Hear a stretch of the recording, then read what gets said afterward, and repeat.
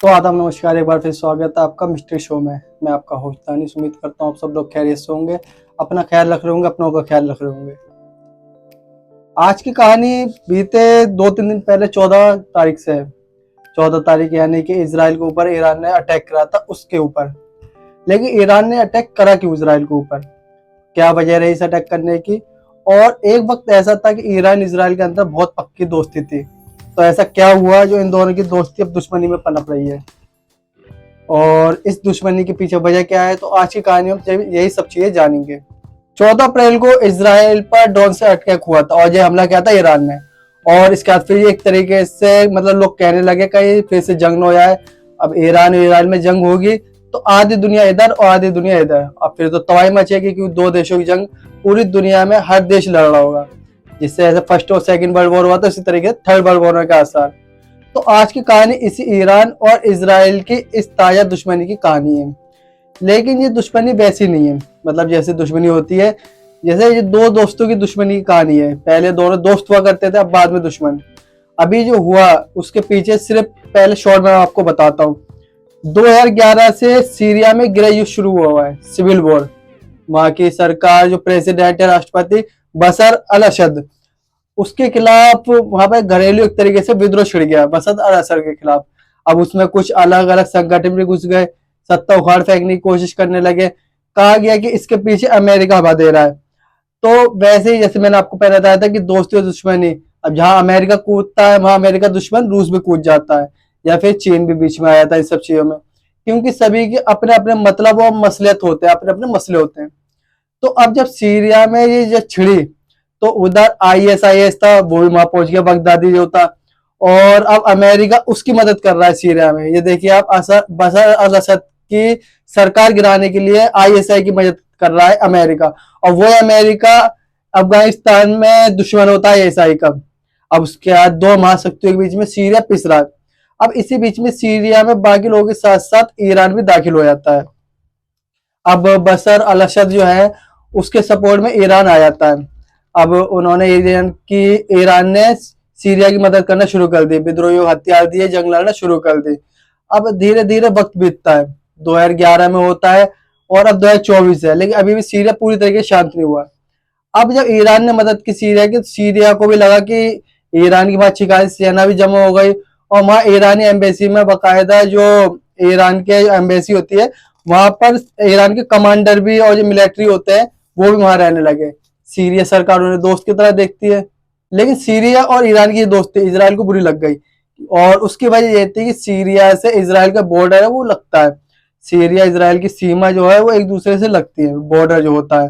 तो अगर Iran Syria तक पहुंच गया तो फिर सीरिया से इसराइल पर हमला या फिर बाकी चीजें वो आसानी से हो सकती हैं। तो इसीलिए सीरिया और इसराइल पे उसकी नजर थी, और उसे लगे वहां पर ईरानी सेनाओं का जमावड़ा हो रहा है, पता नहीं अपना कहीं बेस ना बना ले यहाँ पर, मिलिट्री बेस जो होता है। तो ये सारी चीजें चल रही थी। इसी दौरान में 14 अप्रैल को इसराइल सीरिया में अमेरिकी जो दूतावास होता है, ईरानी एम्बेसी होती है, उस पर एयर स्ट्राइक कर देता है इसराइल।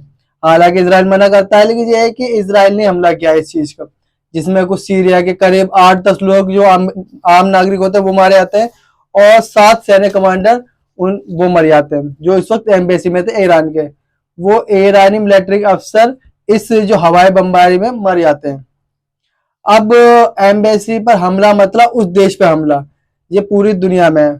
मतलब अगर जिस देश की एम्बेसी पे हमला हुआ है वो हमला उस देश के ऊपर होता है एक तरीके से, क्योंकि कानून वही चलता है एम्बेसी के अंदर, देश में कानून होता है। तो सीधे तौर पे ये एम्बेसी पे हमला नहीं था, बल्कि ईरान पे हमला हुआ था एक तौर पे। अब इसी के बाद ईरान ने इंतजार किया, उस वक्त रमजान भी थे, फिर ईद आई, उसने इंतजार किया। और 14 अप्रैल को, 11 अप्रैल को ईद थी, उसके 3 दिन बाद उसने 300-400 ड्रोन थे वो सीधे इसराइल के ऊपर भेज दिए, और कई मिसाइल भी। अब उसमें कई गिरे, कुछ मार दिए गए। लेकिन इस ड्रोन के बाद लगा कि इन दोनों देशों के बीच दुश्मनी, मतलब एक तरीके से जंग होगी। तो 14 के बाद अभी तक तो ऐसा कुछ हुआ नहीं। अभी बीते रोज पता लगा है कि इसराइल ने हमला करा लिया, उसके कोई पुख्ता सबूत नहीं है। तो ये मेन वजह थी इस जंग की शुरुआत शुरू होने की। लेकिन इसराइल और ईरान दुश्मन कैसे हुए, ये जानना बहुत जरूरी है। 1948 में जब इसराइल का जन्म हुआ, मतलब इसराइल जब बना, जब हमारा 47 में हुआ, और इसराइल के पूरे जन्म की कहानी शायद मैंने आपको सुनाई भी है। अगर आपने नहीं सुनी है तो आप उसको खबर को सुन सकते हैं, उसका लिंक मैं डिस्क्रिप्शन में डाल दूंगा। 1948 तक एक फिलिस्तीन अरब देश हुआ करता था, मिडिल ईस्ट में, अरब देशों में। वहां फिलिस्तीनी रहते थे, वहां फिर फिलिस्तीनियों के साथ साथ यहूदी भी रहने लगे, और अंग्रेजों की हुकूमत थी, अंग्रेजों का कब्जा था, जैसा हमारे देश पे था 47 तक। अब 1948 तक अंग्रेज वहां से निकल लेते, पर जाते जाते वही हरकत कर जाते जो हमारे साथ उन्होंने की थी। 47 में यहाँ से जाते जाते इंडिया के दो टुकड़े करके थे, एक इंडिया और एक पाकिस्तान। सेम इसी तरीके से फिलिस्तीन से जाते जाते अंग्रेजों ने वहां ये किया कि वहां पर जो जमीन का टुकड़ा था उसे दो हिस्सों में डिवाइड कर दिया, मतलब दो जगह उसे बांट दिया, एक जगह फिलिस्तीनी और एक जगह यहूदी। और इस तरीके से दुनिया में पहली बार, और तब यूनाइटेड नेशन यानी संयुक्त राष्ट्र का इस चीज को सपोर्ट था, और अमेरिका सपोर्ट ही कर रहा था। तो 1948 में इस तरीके से इसराइल का जन्म हुआ, और यूनाइटेड नेशन ने उसे मान्यता भी दे दी। लेकिन ये तय था जो अरब देश है, क्योंकि अरब देशों से पूरी तरीके से घिरा हुआ था ये इसराइल और फिलिस्तीन जो है, तो वो बिल्कुल नहीं मानेंगे, क्योंकि अरब देशों में यहूदियों में शुरू से खींचातानी चली आ रही है। और वही हुआ, सऊदी अरब समेत जितने भी, चाहे वो लेबनान हो, जॉर्डन हो, सीरिया हो, और जितने भी अरब देश थे, इराक वगैरह हो, इन सब में से किसी ने भी मतलब यूएन के इस नए देश को मान्यता नहीं दी, इसराइल को मान्यता नहीं दी। लेकिन पहला मुस्लिम कंट्री देश जिसने इस इसराइल को मान्यता दी वो था टर्की, जो अब तुर्की हो गया है। टर्की ने उस वक्त इसराइल को एक देश के तौर पर मान्यता दी, पर बाकी अरब देश नाराज हो गए इस चीज से। थोड़ा वक्त बीतता है और जो दूसरा मुस्लिम देश बन गया वो बना ईरान, जिसने ईरान इसराइल को मान्यता दी। अब ये सोचे कि इसराइल का जन्म होता है, पश्चिमी देश, वेस्टर्न कंट्री, अमेरिका, ये सब तो यूएन का उसका साथ दे रहे हैं, लेकिन मुस्लिम कंट्री किसी ने पूरी दुनिया में उसको मान्यता नहीं दी। पहला देश बना टर्की और दूसरा बना ईरान। अब आप खुद सोचिए कि आज 2024 में ईरान और इसराइल के बीच इतनी अहम जंग चल रही है, और 48 से लेकर 50 या 51 या 52 तक की बात है ये, जब सेकंड मुस्लिम कंट्री ईरान बनाता है जिसने इसराइल को मान्यता दी थी एक देश के तौर पर। तब ईरान की भी मुखालफत और खिलाफत शुरू हुई, और अरब देशों ने इसकी मुखालफत की कि तुम कैसे देश हो मुस्लिम, एक यहूदी देश को मान्यता दे रहे हो, ये गलत। तो उन्होंने फिलिस्तीन की जमीन को कब्जा कर रखा है, अंग्रेजों ने गलत किया, और तुम उसके ऊपर मोहर लगा रहे हो कि इस देश का जन्म हुआ है, यहूदियों का जन्म हुआ है, और हम इस देश को मान्यता दे रहे हैं। तो ईरान ने उस वक्त ये विरोध भी सहा था मुस्लिम देशों का, लेकिन उसने कहा नहीं, मैंने दिया तो दिया मतलब। और ये दोस्ती चली मतलब उसके अगले कुछ साल तक, 1979 तक, मतलब 48 से 1979 तक, लगभग 40-41 साल तक ये दोस्ती चलती है उन दोनों देशों के, इसराइल और ईरान की। लेकिन फिर 1979 में ऐसा कुछ होता है कि दोस्ती फिर दुश्मनी में बदल जाती है। तो 79 के बाद क्या हुआ, उससे पहले जानते हैं कि 48 से लेके 79 के बीच में क्या क्या हुआ। तो हुआ ये कि जब इसराइल का जन्म हुआ था तब ईरान में पहलवी राजाओं की हुकूमत थी, जो पहलवी थे, और जो पहलवी राजा थे उस वक्त 1900 या 245 से ईरान पर राज कर रहे थे, शासन कर रहे थे। तो उनकी हुकूमत थी, और पहलवी राजा बड़े उस वक्त जो थे बड़े खुले मिजाज के थे, वेस्टर्न कल्चर के। ईरान वैसा देश नहीं था जैसे आज है। कहते हैं कि वो दौर था जब ईरान की फैशन डिजाइनिंग, वहाँ की मार्केट और वहाँ की ट्रेडिशनल बाकी चीजें वेस्टर्न देशों को, वेस्टर्न कंट्रियों को टक्कर दे रही थी। वो इतना आगे था इन सब चीजों में ईरान। और लोग तो जो सैलानी या घूमने फिरने वाले होते हैं, टूरिस्ट होते हैं, वो वहां ईरान की तरफ जाया करते थे पहले, इतना एडवांस और टेक्नोलॉजी वाला था ईरान। तो ईरान वो देश था पहलवी के दौर में, और सब कुछ ठीक चल रहा था, और पहलवी राजाओं के सर पर अमेरिका का हाथ था। अब उनको भी ये था कि भैया चलो अमेरिका हाथ था। 1948 में अभी पहलवी शासन ही चल रहा है ईरान के अंदर। क्या हुआ कि इजराइल का जन्म तो हो गया, अब इजराइल का जन्म हुआ तो अमेरिका की मर्जी से हुआ था, अमेरिका ने सपोर्ट किया था। अब अमेरिका ने सपोर्ट किया तो पहलवी राजा ईरान पे शासन कर रहे थे, वो अपने मतलब जो गुरु या बाप कह लो उनका, और अमेरिका उनका गुरु था, तो अमेरिका के इशारे पे नाचते थे पहलवी। तो अमेरिका ने कहा कि भाई हमने इन्हें मान्यता दे दी है, तुम भी इन्हें मान्यता दे दो। तो उस वक्त के राजाओं को लगा ये सब क्या मतलब, ठीक है, और दे देते हैं। तो पहलवी राजाओं ने दूसरा मुस्लिम कंट्री बना टर्की के बाद, जिसने इसराइल को सपोर्ट किया, मान्यता दी देश के तौर पे। अब उसके बाद ये चलता रहता है, और फिर इसराइल को देश की मान्यता मिल जाती है। अमेरिका अपने ईरान के सारे फायदे उठाता रहे, पहलवी शासन में। उसके बाद वहां पर ईरान उसी तरीके से चल रहा था, सब कुछ ठीक चल रहा था। लेकिन 70s आते आते पहलवी राजाओं के खिलाफ ईरान में बगावत होनी शुरू हो जाती है, और उस पूरे मूवमेंट को लीड कर रहे थे उस वक्त के धार्मिक गुरु नेता थे, और उनमें से एक जो थे सबसे बड़े थे वो थे आयतुल्ला रुहुल्लाह खुमैनी। तो इनका यह था कि ईरान गलत रास्ते पर भटक गया है, ईरान में वेस्टर्न कल्चर आ गया है और हम अपने कल्चर को भूल चुके हैं, और ईरान को एक इस्लामिक स्टेट बनाना चाहिए, मतलब एक इस्लामिक देश। तो आयतुल्लाह खुमैनी की जो मूवमेंट चलती रही, विरोध होता रहा, और उस वक्त गलती उनकी भी थी, जो पहलवी सारे शासन करते थे उनकी अय्याशियां, उनके मतलब बहुत सारी चीजों, लोगों की तरफ ध्यान न देना, पैसे बहुत थे, फाइनेंशियली मजबूत थे। लेकिन जब नया मूवमेंट शुरू हुआ तो नौजवान बड़ी तादाद में रुहुल्लाह खुमैनी के साथ जुड़ गए, और धीरे धीरे प्रदर्शन हुआ, और इतना हुआ कि 1979 में जो आखिरी पहलवी राजा था वो अपनी जान बचाकर अमेरिका भाग गया। अब वो अमेरिका भाग जाता है। इस दौरान में क्या था कि पहलवी राजाओं की सपोर्ट की वजह से इजराइल को मान्यता मिली, और इजराइल की एम्बेसी तक ईरान के अंदर थी। तेहरान जो ईरान की राजधानी वहां पर खुल चुकी थी, और वहां से दूतावास चलता था। और इधर तेल अवीव में बकायदा ईरान की एम्बेसी भी खुली हुई थी, मतलब इजराइल के अंदर, और वहां इनके राजदूत भी हुआ करते थे। तो 1979 में पहलवी राजाओं का शासन खत्म हुआ और इस्लाम के नाम पे एक इस्लामिक स्टेट बना ईरान। तो वहां के जो सबसे बड़े धार्मिक नेता और लीडर थे, जो हुक्मरान के तरीके से आए, वो होते आयतुल्लाह रुहुल्लाह खुमैनी। अब ईरान को पूरी तरीके से एक इस्लामिक स्टेट देश घोषित कर दिया गया, और अमेरिका से वैसी दुश्मनी थी जो आयतुल्लाह खुमैनी ने अपना मूवमेंट चलाया था, और उस वक्त अमेरिका का नाम उन्होंने रखा था बड़ा शैतान, और उसका दोस्त था इजराइल, तो इजराइल का नाम रखा था उन्होंने छोटा शैतान। तो जब ये मूवमेंट चल रहा था तब ये हो गया था कि अगर पहलवी राजा को शासन खत्म हुआ तो फिर इजराइल और ईरान के रिश्ते और बुरे होने वाले हैं, क्योंकि छोटे शैतान के नाम से पहले पुकारा जाता है इजराइल, और अमेरिका को भी। और अमेरिका ने कोशिश की ये मूवमेंट कामयाब ना हो, बहुत सारे उसने अपनी CIA एजेंसी और ये सब चीजें, और ये पूरी बहुत कोशिश करी उसने, लेकिन लोग इतने नाराज थे, लोगों को इतना सपोर्ट था कि पहलवी राजा को अपनी जान बचाकर अपनी फैमिली के साथ अमेरिका भागना पड़ा, और अमेरिका ने उसे पनाह भी दी। अब जब पनाह दी तो ईरान के लोग और भी गुस्से हो गए, हमारा मुजरिम है और तुमने अपने यहाँ पनाह दे रखे, तुम उन्हें वापस भेजा, उसे सजा देंगे।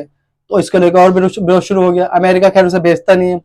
और अब इधर दूसरी तरफ जो पहलवी राजाओं के जाने के बाद और आयतुल्लाह खुमैनी साहब के आने के बाद सारी चीजें बदल जाती हैं। वो चीजें बदली हैं जो अब तक 1948 से 79 तक चल रहा था।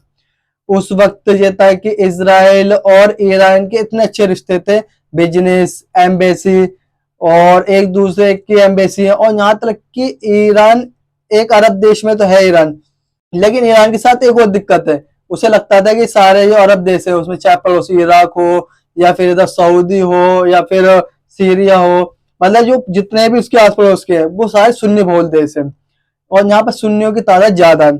और ईरान दुनिया का इकलौता ऐसा देश था यहाँ पर शियाओं का हुकूमत थी, शियाओं की आबादी ज्यादा थी। तो ईरान को लगता था हमेशा कि हम शिया देश है, इसलिए हमारे साथ बाकी मुस्लिम देश सही बर्ताव नहीं करेंगे, और इस तरीके से उन्हें लगता था शुरू से। तो शिया और सुन्नी का भी चक्कर आ गया चीजों में, और इसलिए बाकी अरब देश एक तरफ और ईरान एक तरफ अकेला पड़ जाता था। तो ऐसे वक्त में जब दोस्ती थी इसराइल के साथ, और इसराइल एक नया देश, उसे मालूम कि हम उस वक्त इसराइल की आबादी 50-60 लाख थी, आज की डेट में अभी करीब 95 से 1 करोड़ की आबादी करीब करीब। और इसराइल को पता है कि हम चारों तरफ से अरब देशों से घिरे हुए हैं। इसराइल के बॉर्डर लगते हैं, वो सारे जो बॉर्डर लगते हैं वो एक तरफ सीरिया है, एक तरफ जॉर्डन है, और इसके अलावा उसके बॉर्डर से मिस्र से भी लगता है, लेबनान से भी लगता है। तो ये सारे अरब देश हैं जिससे उसके बॉर्डर लगते हैं थोड़ी थोड़ी दूरी पे, फिर बाकी देश आ जाते हैं। अब ऐसे अरब देशों के बीच में एक यहूदी देश, तो उसको तो हर वक्त वैसे खतरे हैं, हमें पता नहीं कब कौन क्या कर दे, कौन हमला कर दे।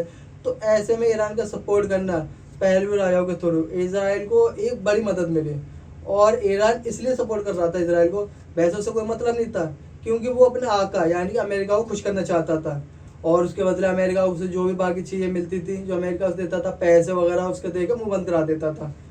तो वो सारी फैसिलिटी मिलती थी, अय्याशी की चीज़ें भी मिल रही थी पहलवियों को।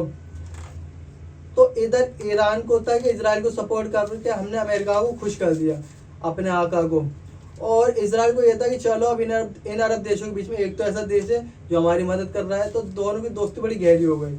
जैसे मैंने बताया कि एम्बेसी वगैरह खुल गई, यहाँ तक कि अब डिफेंस के लेवल पर भी ईरान को पता था कि मैं शिया देश हूँ, बाकी सुन्नी देश है, तो कल को कोई झगड़ा है, लड़ाई या जंग हुआ है, इराक से बाद में जंग भी हुई इनकी जो काफ़ी लंबे टाइम चले, तो क्या करें। तो उसने अपनी हिफाजत के लिए अपने मिलिट्री, अपनी खुफिया एजेंसी, इन सब चीज़ों को मजबूत करने के लिए और इसके लिए बाकायदा इसराइल ने उन्हें ऑफर भी किया ईरान को उस वक्त। और इसराइल ने एक दौर था जब ईरान की जो सैन्य ताकत को मजबूत करने के लिए उसकी बाकायदा मदद भी की थी। यहाँ तक कि जो ईरान की खुफिया एजेंसी है जो सालाक, उसकी मदद इसराइल की खुफिया एजेंसी मोसाद ने की। अब आप अंदाजा लगा सकते हैं इन दोनों की दोस्ती का।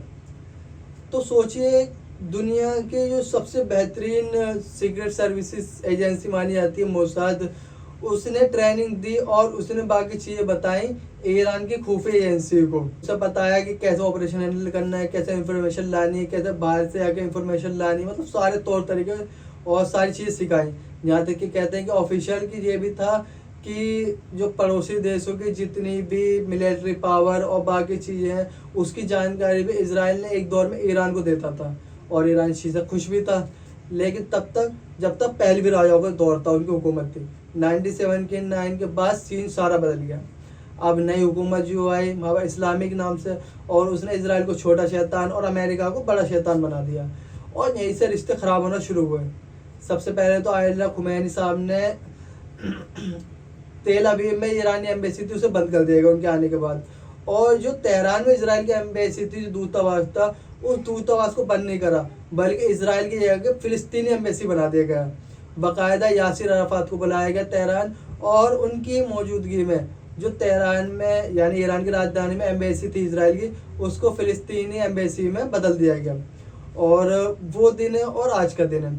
वहाँ पर आज भी ईरान के साथ इसराइल और इसराइल के साथ ईरान के लगभग सारे रिश्ते ख़त्म हैं, कोई रिश्ता नहीं इन दोनों में, ना कोई राजनीतिक संबंध है, ना कोई एम्बेसी है, ना कोई एयर स्पेस नहीं है, मतलब कोई ऊपर से एक दूसरे को उड़ के भी नहीं आ सकते, ना डायरेक्ट कोई फ्लाइट है, इनके बिजनेस नहीं है आपस में। मतलब एक दुश्मन के साथ जो भी होता है कि आपका कोई रिश्ता नहीं रखना, तो ईरान और इसराइल से कोई एक दूसरे से कोई रिश्ता ही नहीं रखते। लेकिन यहाँ चलो भैया मतलब नहीं रखो, तुम अपने घर खुश, हम अपने घर खुश लेंगे, ऐसा भी नहीं है। ये दोनों 1979 से जब रिश्ते ख़राब हुए इन दोनों के, तो ईरान और इसराइल के बीच एक शेडो वॉर शुरू हुआ, जिसको कहते हैं कि हम सामने से नहीं लड़ना बल्कि पर्दे से पीछे लड़ना। अब खुल के ईरान ने कभी जंग नहीं की इसराइल से, और ना इसराइल ने कभी ईरान से, लेकिन पर्दे के पीछे दोनों हमेशा एक दूसरे से लड़ते रहे। ऐसे दर्जनों सैकड़ों हमले हुए हैं, दूसरों के कंधे पे बंदूक रख के चलाना, दोनों देशों ने करा।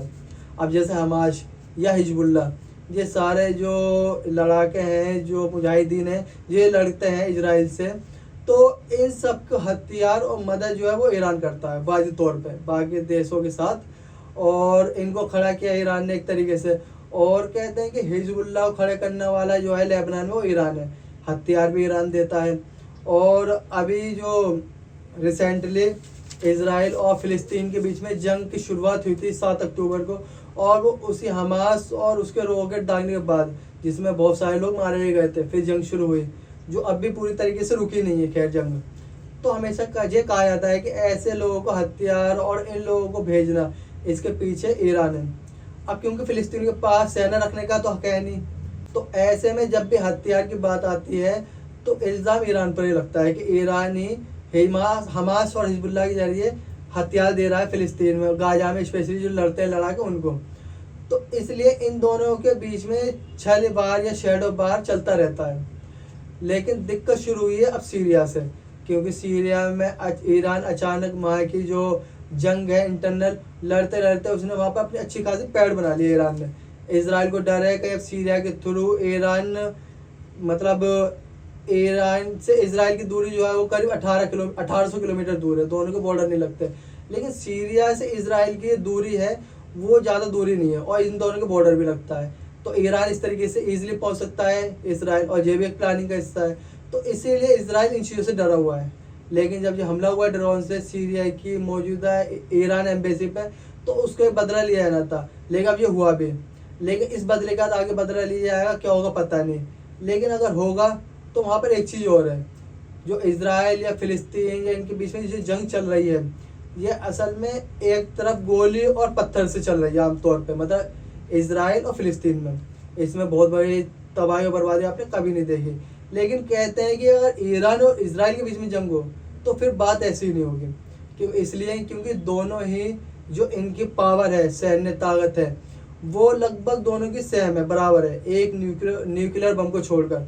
बल्कि कुछ मामलों में तो ईरान इजराइल पे हावी है। तो ऐसे में बात पत्थर और गोली की नहीं होगी, बल्कि गोली वर्सेस गोली होगी, बम वर्सेस बम होगा, टैंक वर्सेस टैंक होंगे, क्योंकि ईरान भी काफ़ी पावरफुल है। और तो जब फिर होगा तो बाकी दोनों देशों के दोस्त हैं, जैसे हो सकता है अरब मुल्क सऊदी अरब को छोड़ के बाकी सब ईरान की तरफ चले आएंगे, क्योंकि सीरिया हो, लेबनान हो, और मिस्र का पता नहीं, टर्की का पता नहीं, इराक भी हो सकता है, इवन वो भी सब ईरान की तरफ चले आए।